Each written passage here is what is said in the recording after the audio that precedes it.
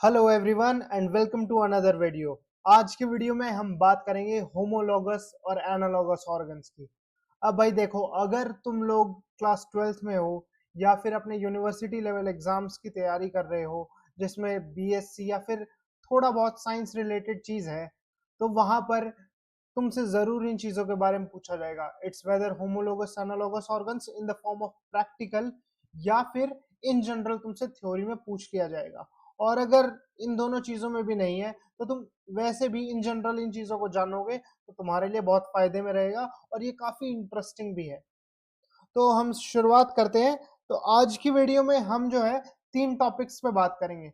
सबसे पहला टॉपिक रहेगा हमारा एम्ब्रियोलॉजिकल सपोर्ट फॉर एवोल्यूशन। आखिर ये जो डिफरेंसेस क्रिएट हुए ये क्यों हुए।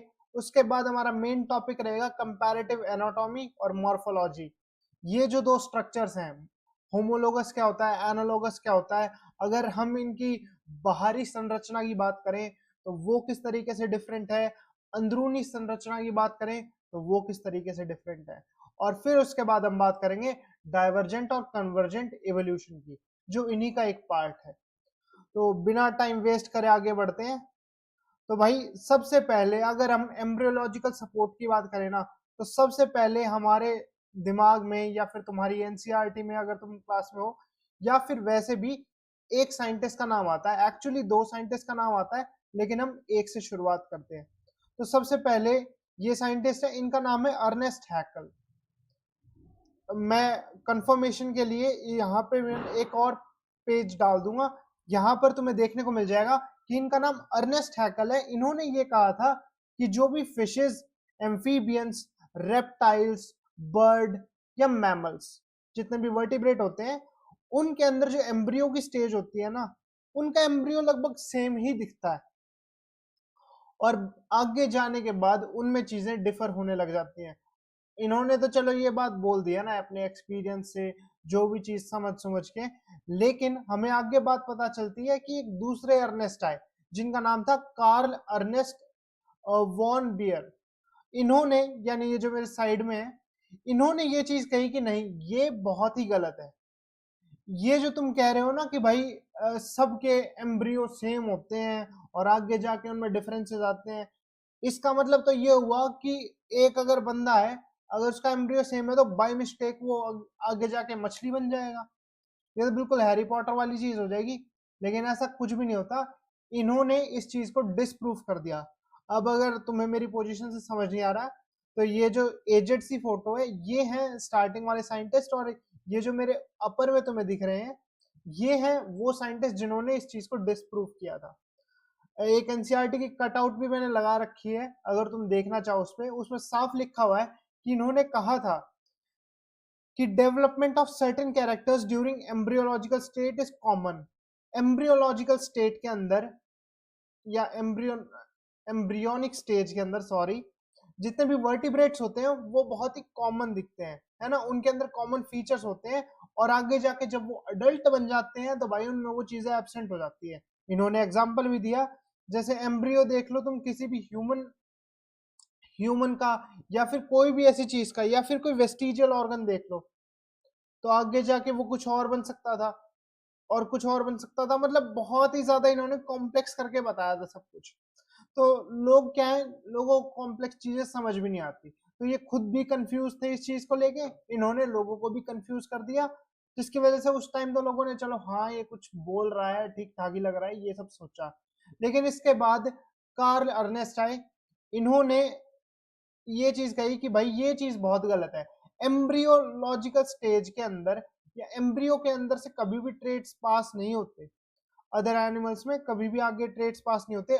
आगे जाके जब कंपैरेटिव एनाटॉमी और मॉर्फोलॉजी की स्टडी की गई तब पता चला कि किस तरीके से ये चीजें डिफरेंट है। तो भाई एक एक करके अब इन्हीं दो पर्सपेक्टिव्स में बात करते हैं। पहला आता है होमोलोगस ऑर्गन्स। अब भाई बड़ी कंफ्यूजन होती है, होमोलोगस ऑर्गन्स क्या होते हैं, एनालोगस ऑर्गन्स क्या होते हैं, क्योंकि ये ऑलमोस्ट सिमिलर साउंड करते हैं और इसे देख के ना हम कई बार भूल भी जाते हैं कि यार क्या था, क्योंकि दोनों इतने ज्यादा सेम है ना कि वो कई बार मिक्स हो जाते हैं। मेरी मानो तो तुम सिर्फ एक को याद करो और दूसरा उसका अपोजिट होगा ही। इसी के साथ होमोलोगस की बात करें तो होमोलोगस वो ऑर्गन्स हैं जिनके फंडामेंटल स्ट्रक्चर बिल्कुल सेम है, हड्डियों की बनावट बिल्कुल सेम है अंदर से, लेकिन वो अलग अलग काम में यूज हो रहे हैं। तो जिनके फंडामेंटल स्ट्रक्चर्स बहुत सेम है लेकिन वो डिफरेंट फंक्शंस परफॉर्म कर रहे हैं। और फंडामेंटल स्ट्रक्चर में एनाटॉमिकली बोल रहा हूं। और ये सब क्या है, डाइवर्जेंट एवोल्यूशन का पार्ट है। डाइवर्जेंट एवोल्यूशन का मतलब क्या होता है कि देखो, सब जो है ओरिजिन एक जगह से ही कर रहे हैं, सबके पास वही सेम हड्डियां हैं, वही सब चीजें हैं, लेकिन जो भी स्ट्रक्चर उससे बन रहा है वो अलग अलग चीजों में यूज हो रहा है। फॉर एग्जाम्पल ह्यूमंस होते हैं, ह्यूमंस के पास रेडियस अल्ना हो गई, यहाँ पे दो बोन्स होती है ना, रेडियस अल्ना, यहाँ पे टार्सल्स मेटाटार्सल्स हो गए। ये सारी चीजें बहुत ज्यादा आसानी के लिए मैंने साइड में फोटो भी डाल रखी है, तो देख लेना। जैसे यहाँ पे तुम रेड मार्क्स देख सकते हो, तो ये बोन सब में होती है, ठीक है, ऑलमोस्ट सारी बोन सब में होती है, लेकिन ह्यूमंस अपने हाथ का अलग तरीके से यूज करते हैं ग्रैबिंग के लिए, किसी भी चीज को पकड़ने के लिए, कैच करने के लिए। और डॉग्स जो हैं वो अलग तरीके से यूज करते हैं, फॉर एग्जाम्पल डिगिंग के लिए या फिर भागने के लिए। या फिर जो बर्ड्स होती हैं वो अलग तरीके से, बर्ड्स के अंदर वो आगे जाके और एक्सटेंड होते हैं। या फिर वेल्स की बात करें, उनके हैंड्स जो है वो अलग तरीके से होते हैं, लेकिन सबका फंडामेंटल स्ट्रक्चर तो सेम है ना। फंडामेंटल स्ट्रक्चर यानी वही सब बोन्स हैं उनके पास, और वही सारी चीजें हैं, बस वो अलग अलग तरीके से अरेंज है। तो अगर इसे याद रखना है, सिर्फ एक चीज याद रखो कि फंडामेंटल स्ट्रक्चर होमोलोगस का सेम होता है। एग्जाम्पल के लिए अपने हैंड को देख लेना कि भाई सब में वही सेम हड्डियां है, लेकिन वो अलग अलग चीजों के लिए यूज हो रही है। तो ये क्या, एक सिंगल पॉइंट है, कॉमन एंसेस्ट्री है, वहां से चीजें अलग अलग हिस्सों में जा रही हैं। तो इट्स अ डाइवर्जेंट, यहाँ पे बहुत ज्यादा अलग अलग चीजें बन रहे हैं, तो it's a divergent form of evolution. लेकिन सबके एंसेस्टर जो लोग थे वो सारे के सारे कॉमन कॉमन एंसेस्टर्स हैं, जहां से भी ये चीजें आई हैं। फॉर एग्जाम्पल, एग्जाम्पल के तौर पे देखिए, यहाँ पे देख लो, hand of human, hand of cat या वेल, और या फिर बैट, इन सब में बोन्स सेम है सारी की सारी, लेकिन उनकी साइजेस अलग है, लेकिन प्रेजेंट वो सब में है। और हर एक हैंड अलग अलग चीजों के लिए यूज होता है। इसी तरीके से मेरे ऊपर तुम ये माउथ का पार्ट देख पा रहे होगे, शायद मैंने थोड़ा कवर कर लिया होगा, लेकिन मैं बता देता हूँ। जैसे बटरफ्लाई का माउथ हो गया, या फिर मॉस्किटो का माउथ हो गया, या बीटल हो गया, या कोई भी फ्लाई हो गई, बी हो गई, ग्रासहॉपर हो गया, इन सब के पास देखो मॉर्फोलॉजिकल स्ट्रक्चर है वो सेम है, वही दो आंखें हैं, वही दो एंटीनाज हैं जिससे वो आसपास चीजें डिटेक्ट करते हैं, लेकिन इनके माउथ का अलग अलग फंक्शन है। तो ये हो गया। और जो लोग एनसीईआरटी वगैरह देख रहे हैं, अभी मुझे ये नहीं पता कि न्यू एनसीईआरटी में ये सब है कि नहीं है, मतलब ये वाला सेक्शन उन्होंने डिटेल में कवर किया है नहीं किया है, लेकिन बहुत ही छोटी सी बात है। ये जो एविडेंसेस हम देखते हैं, जरूरी नहीं है कि ये भाई सिर्फ और सिर्फ एनिमल्स में ही हो, प्लांट्स में भी ये चीज होती है। फॉर एग्जाम्पल बुगनवेलिया या कुकुरबिटा हो गया, इसके अंदर बुगनवेलिया में तुम देखोगे कि स्टेम के पास से कांटा निकल रहा है, ठीक है, वो बुगनवेलिया के अंदर थॉर्न्स निकल रहे हैं। वहीं कुकुरबिटा में देखोगे तो उसी जगह से टेंड्रिल्स निकल रहे हैं। तो यहाँ पे क्या है कि एवोल्यूशन, ओरिजिन एक जगह से ही हो रहा है, लेकिन फंक्शन उनका अलग अलग है। तो ये चीज प्लांट में भी चलती है, इसीलिए इसे कन्वर्जेंट एवोल्यूशन बोला जाता है। इसके बाद हम आते हैं दूसरी चीज पे जो बहुत ही ज्यादा कंफ्यूज करती है। इसके अंदर तुम सिर्फ और सिर्फ ये याद रखना, तुमने फर्स्ट वाले में क्या याद रखा कि उनका फंडामेंटल स्ट्रक्चर बिल्कुल सेम होता है, ठीक है, फंक्शंस डिफरेंट होते हैं। इसी चीज को उल्टा कर दो, यानी फंक्शन बिल्कुल सेम होंगे लेकिन फंडामेंटल स्ट्रक्चर डिफरेंट होगा। एग्जाम्पल के तौर पे हम शार्क की बात करें, शार्क के पास फिन्स होते हैं। हम पेंगुइन्स की बात करें, पेंगुइन्स के पास भी फिन्स होते हैं। डॉल्फिन्स की बात करें, डॉल्फिन्स के पास भी फिन्स होते हैं। तो शार्क एक फिश हो गई, पेंगुइन एक फ्लाइटलेस बर्ड हो गया, डॉल्फिन एक मैमल हो गई। ये सब क्या है, अलग अलग कैटेगरी से आते हैं ना, लेकिन सबके पास फिन्स हैं। तो जिनके फंक्शंस बिल्कुल सेम है, लेकिन वो एनाटॉमिकल स्ट्रक्चर जो है वो डिफरेंट है, अलग अलग चीजें हैं।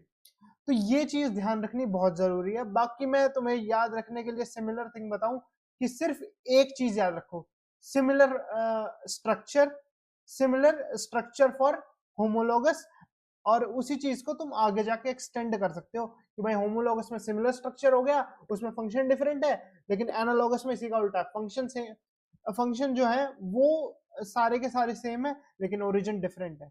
और एग्जांपल्स तुम चाहो तो तुम बैट्स का ले सकते हो या बर्ड्स का ले सकते हो या फिर बटरफ्लाई का ले सकते हो। यहाँ पे क्या है कि हम बर्ड्स को देखें, बर्ड्स में अलग तरीके से ओरिजिन है विंग्स का। हम बैट्स की बात करें तो बैट्स के यहाँ से मतलब जैसे हम हाथ उठाएंगे ना तो हमारी बगल से लेके उनके यहाँ हाथ तक कनेक्ट होते हैं, वो स्किन की एक्सटेंशन होती है जिससे वो उड़ते हैं। हम बटरफ्लाई की बात करें तो वहां पे ओरिजिन दूसरा है विंग्स का, लेकिन तीनों ही चीजें उड़ने में काम दे रही हैं। ठीक है, तो फंक्शन सेम है लेकिन ओरिजिन जो है वो बहुत ही डिफरेंट है। इसके बाद मैंने तुम्हें ये फिश और बर्ड और मैमल का तो बता ही दिया, शार्क की अलग है, पेंगुइन्स के अलग हैं और डॉल्फिन्स के अलग हैं फिन्स, लेकिन फिन तीनों के हैं, तीनों एक ही चीज कर रहे हैं।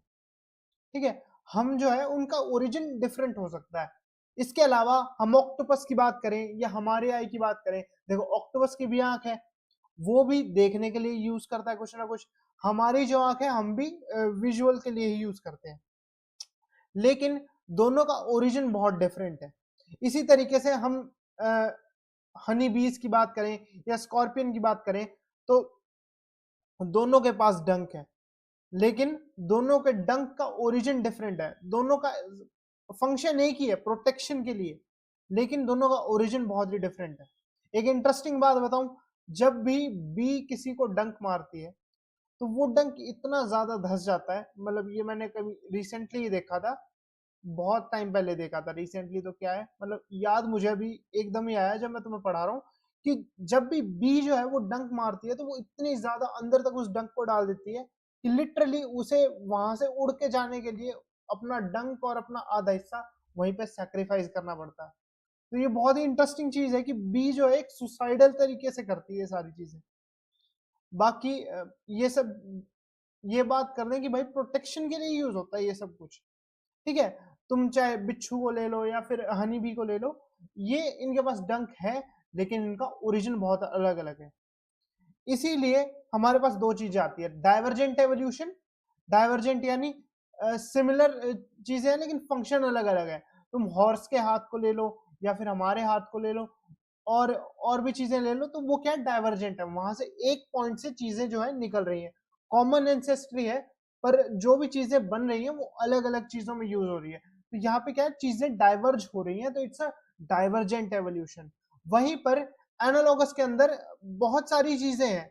ठीक है, विंग्स इस चीज से भी ओरिजिनेट हो रहे हैं, यहाँ से भी ओरिजिनेट हो रहे हैं, यहाँ से भी ओरिजिनेट हो रहे हैं, लेकिन सारे ही विंग्स एक साथ आके उड़ने में ही हेल्प कर रहे हैं। तो एक है डाइवर्जेंट फॉर्म ऑफ एवोल्यूशन और एक है कन्वर्जेंट फॉर्म ऑफ एवोल्यूशन।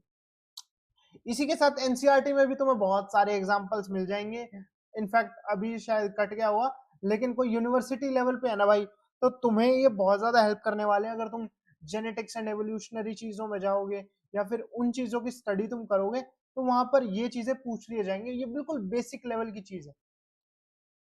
बाकी ये थी भाई पूरी वीडियो, बहुत ही छोटी वीडियो थी और आई होप तुम्हें अच्छी लगी होगी।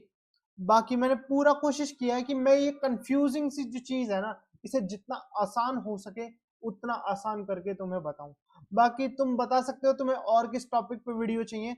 बहुत जल्द मैं इस चैनल पे क्लास 9th का पूरा पूरा करिकुलम लेके आऊंगा, मैथ्स का, साइंस का और एसएसटी का, और मैं इस पे बहुत जल्दी पढ़ाऊंगा।